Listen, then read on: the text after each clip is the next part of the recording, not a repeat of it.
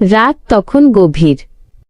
অন্ধকারে চারদিক স্তব্ধ হয়ে আছে, কেবল মাঝে মাঝে দূরের কুকুরের ডাকে মনে হচ্ছিল গ্রামটা এখনো পুরোপুরি ঘুমিয়ে পড়েনি। আমাদের কাঁচা বাড়িটার ভেতরে একটা টিমটিমে কেরোসিনের বাতি জ্বলছে। আমি তখন আমার ছোট্ট পড়ার ঘরে বসেছিলাম।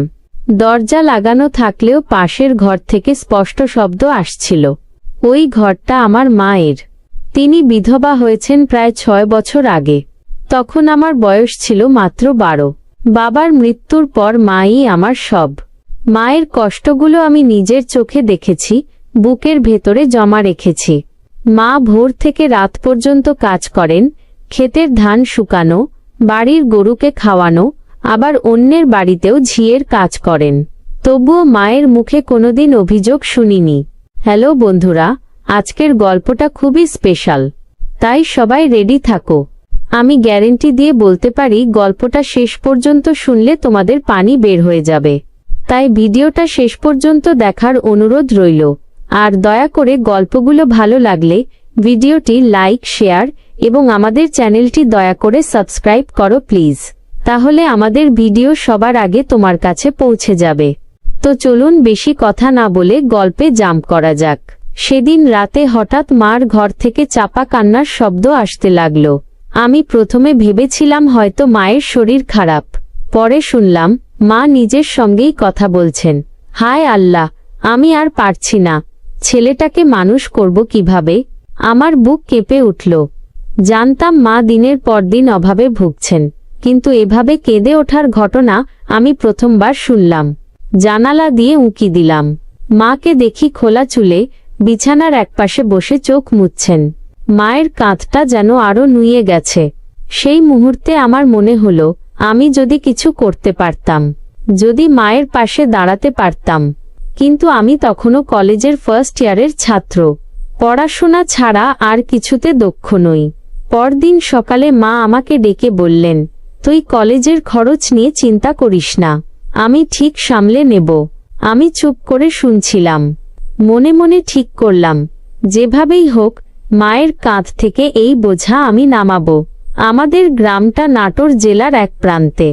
চারদিকে ধান ক্ষেত, মাঝখানে আঁকাবাঁকা মাটির রাস্তা।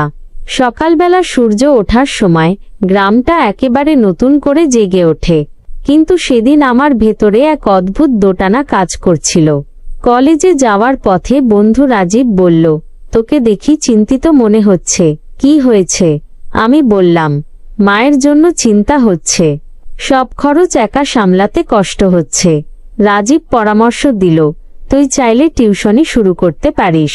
2-1টা ছোট ছাত্রকে পড়া ধরালে কিছু টাকা আয় হবে। বিষয়টা মাথায় গেঁথে গেল। সন্ধ্যায় বাসায় ফিরে মাকে বললাম, আম্মু, আমি টিউশনি করতে চাই। মা অবাক হয়ে তাকালেন। তুই পড়াশোনায় ব্যস্ত থাকিস, আবার টিউশনি করলে সামলাতে পারবি তো?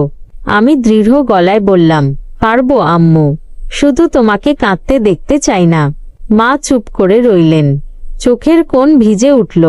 কয়েকদিন পরে আমি গ্রামের বাজারের এক দর্জির ছেলেকে পড়ানো শুরু করলাম। মাসে সামান্য কিছু টাকা পেলেও মনে হচ্ছিল আমি মায়ের পাশে দাঁড়াতে পেরেছি। কিন্তু মা প্রতিদিন সেই টাকা হাতে নিয়ে কেঁদে ফেলতেন। বাবা, তুই কষ্ট করিস না। মায়ের কান্না আমার বুক চিরে যেত, কিন্তু আমি থামতাম না। দিন যেতে লাগলো। টিউশনি বেড়ে গেল 3টায়। আমি ব্যস্ত হয়ে পড়লাম, কিন্তু মা যেন প্রতিদিন আমার দিকে নতুন চোখে তাকাতেন। মায়ের মুখে এখন আর আগের মতো হতাশা নেই। একদিন রাতের খাবার শেষে মা বললেন, তুই আমার সব। আল্লাহ তোকে যেন ভালো রাখে। আমি মায়ের হাত ধরে বললাম, আম্মু, তুমি শুধু আমার জন্য দোয়া করো। সেই মুহূর্তে মায়ের চোখে একরাশ শান্তির ঝিলিক দেখেছিলাম। ঠিক তখনই ঘটল নতুন মোড়। গ্রামের জমিদার বাড়ির লোকজন আমাদের জমির পাশে বাঁশ কেটে নিচ্ছিল। মা প্রতিবাদ করলে তারা উল্টো হুমকি দিল। আমি কলেজ থেকে ফিরে শুনে রাগে কাঁপতে লাগলাম। কিন্তু মা আমাকে আঁকড়ে ধরে বললেন, তুই চুপ থাক, তোর কোনো ক্ষতি আমি চাই না। কিন্তু আমি চুপ থাকতে পারলাম না। সেই রাতে গ্রামের সবাইকে ডেকে মিটিং ডাকি। যুক্তিতর্কে সবাই আমাদের পক্ষে দাঁড়াল। জমিদারের লোকেরা চুপসে গেল। মা দূর থেকে দেখছিলেন। মিটিং শেষে মা এগিয়ে এসে আমার মাথায় হাত বুলিয়ে দিলেন। আজ তুই আমাকে আবার বাঁচালি। আমি তখন অনুভব করলাম মায়ের অশ্রু কেবল দুঃখের নয়, তাতে গর্বও আছে। এরপর থেকে মায়ের প্রতি আমার দায়িত্ববোধ আরও বেড়ে গেল। পড়াশোনার ফাঁকে আমি গ্রামের বাচ্চাদের বিনা টাকায় পড়াতে শুরু করলাম। মা প্রথমে না করলেও পরে রাজি হলেন। কখনো কখনো রাতে পড়ার ঘরে বসে আমি শুনতাম মা দরজার পাশে দাঁড়িয়ে চুপচাপ আমাকে দেখছেন। তিনি কিছু বলতেন না, শুধু দীর্ঘশ্বাস ফেলতেন। আমি বুঝতাম এটাই তার আনন্দ। কিন্তু সব সুখ যেন চিরস্থায়ী হয় না। এক বিকেলে মা হঠাৎ অসুস্থ হয়ে পড়লেন। মাথা ঘুরে পড়ে গেলেন উঠোনে। আমি ছুটে গিয়ে কোলে তুলে ধরলাম। গ্রামের ডাক্তার এসে বললেন অতিরিক্ত কাজের চাপ ও অপুষ্টির কারণে শরীর দুর্বল হয়ে গেছে। আমি কেঁদে ফেললাম। বললাম, আম্মু তুমি আর কাজ করবে না, আমি সব সামলাব। মা মৃদু হাসলেন, তুই এখনো ছোট, তোর কাঁধে বোঝা চাপাতে চাই না। আমি হাত ধরে শপথ করলাম, আম্মু আজ থেকে আমি আর ছোট নই, তুমি শুধু বিশ্রাম নাও। সেদিন রাতেই আমি ঠিক করলাম গ্রামে আর নয়, শহরে গিয়ে পড়াশোনার পাশাপাশি কাজ করব। মা প্রথমে ভেঙে পড়লেন। তিনি চাননি আমি তাকে ছেড়ে যাই, কিন্তু আমি তাকে বোঝালাম, আম্মু তুমিই তো বলেছ ছেলেকে মানুষ করতে হবে। আজ যদি আমি থেমে যাই তবে কিভাবে হবে?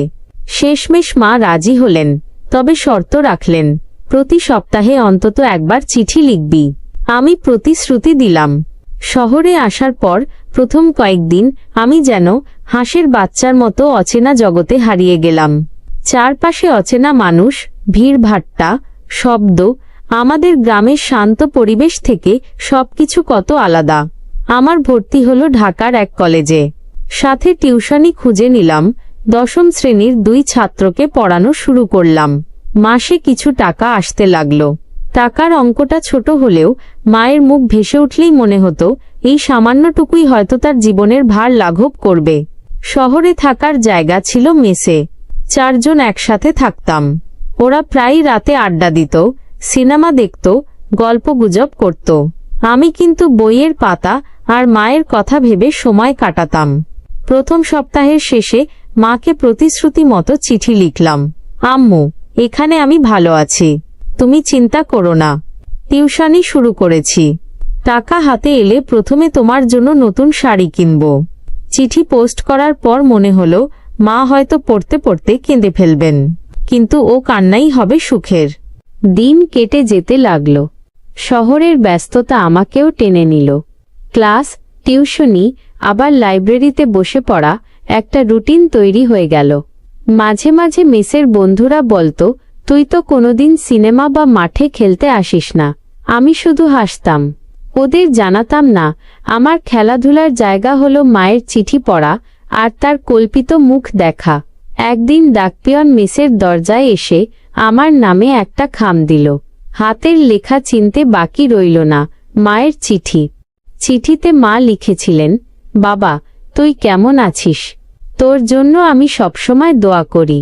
তুই যখন দূরে আছিস তখন মনে হয় ঘরটা ফাঁকা হয়ে গেছে, কিন্তু তুই যদি একদিন মানুষ হস তাহলেই আমার জীবন সফল হবে।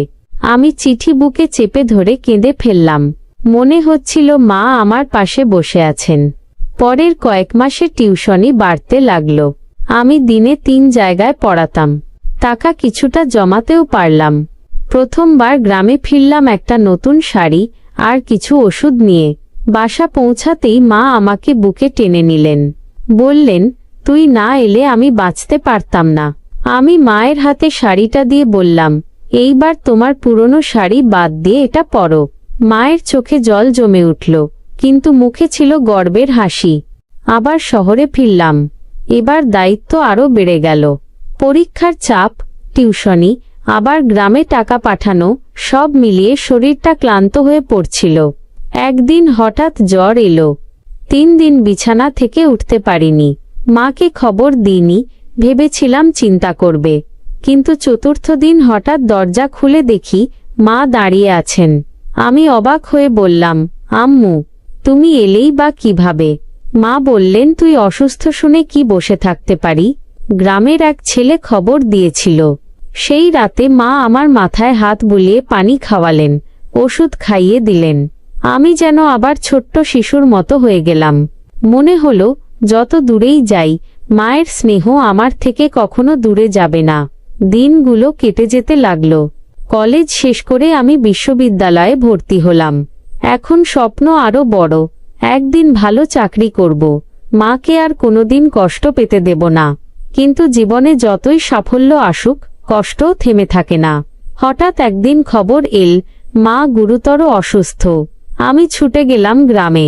ডাক্তার বলল, শরীরে রক্তের অভাব হয়েছে, নিয়মিত চিকিৎসা দরকার। আমার মাথা ঘুরে গেল। নিজের খাওয়া দাওয়া ভুলে গিয়ে মায়ের চিকিৎসায় মন দিলাম। শহরে ফিরে গিয়ে টিউশনি বাড়ালাম, রাত জেগে কাজ করলাম। প্রতিদিন টাকা জমাতাম শুধু মায়ের চিকিৎসার জন্য। মা আমাকে বলতেন, তুই এত কষ্ট করিস না বাবা। আমি উত্তর দিতাম, তুমি সুস্থ না হওয়া পর্যন্ত আমি থামব না। বছরখানেক পর মায়ের অবস্থা কিছুটা ভালো হলো। কিন্তু সেই অসুস্থতার সময় আমি শিখলাম, জীবনে সবচেয়ে বড় শক্তি হলো মা। তিনি না থাকলে আমি হয়তো ভেঙে পড়তাম। আমার পড়াশোনা শেষ হলো। চাকরির পরীক্ষায় অংশ নিলাম। প্রথমবার ব্যর্থ হলাম। মনের ভেতর ভয় ঢুকে গেল। মাকে কি বলবো? রাতে ফোনে মা বললেন, ব্যর্থ হলে হতাশ হবি না, চেষ্টা কর, আল্লাহ তোকে একদিন সফল করবেই। মায়ের কথায় নতুন করে শক্তি পেলাম। আবার পড়াশোনায় মন দিলাম। অবশেষে দ্বিতীয়বার পরীক্ষায় আমি উত্তীর্ণ হলাম। সরকারি চাকরিতে নিয়োগপত্র হাতে পেয়ে প্রথমেই মায়ের কাছে ছুটে গেলাম। মাকে কাগজটা দেখিয়ে বললাম, আম্মু, তোর ছেলে এখন চাকরিজীবী। মা আমার কপালে চুমু খেয়ে বললেন, আজ আমার জীবন সার্থক হলো। সেদিন রাতে গ্রামের উঠোনে বসে মা বললেন, বাবা, মনে রাখিস, মানুষ যত বড় হয়েই যাক না কেন, মায়ের দোয়া ছাড়া কিছু হয় না। মায়ের প্রতি দায়িত্ব ভুলে গেলে জীবনে শান্তি আসবে না। আমি তার হাত ধরে শপথ করলাম, তুমি সবসময় আমার প্রথম দায়িত্ব থাকবে। শিক্ষণীয় বার্তা, এই গল্পের প্রতিটি মুহূর্তে বোঝা যায়, একজন মায়ের ভালোবাসা পৃথিবীর সবচেয়ে নিখুঁত শক্তি। ছেলে যতই ব্যস্ত বা দূরে থাকুক, মায়ের চোখে সে সবসময় ছোট্ট সন্তান। আর ছেলের জীবনে সবচেয়ে বড় দায়িত্ব হল মায়ের সুখ নিশ্চিত করা। মায়ের ত্যাগের মূল্য কখনো অর্থে মাপা যায় না। জীবনে যত সাফল্যই আসুক, মায়ের দোয়া আর সন্তানের দায়িত্ববোধই আসল সম্পদ। এই ছিল আজকের গল্প। ভিডিওটি ভালো লাগলে দয়া করে লাইক, কমেন্ট এবং আর ব্লগ স্টোরি চ্যানেলটি সাবস্ক্রাইব করে আমাদের সাথে থাকুন। দেখা হচ্ছে কালকের ভিডিওতে। সেই পর্যন্ত সবাই ভালো থাকুন। ধন্যবাদ।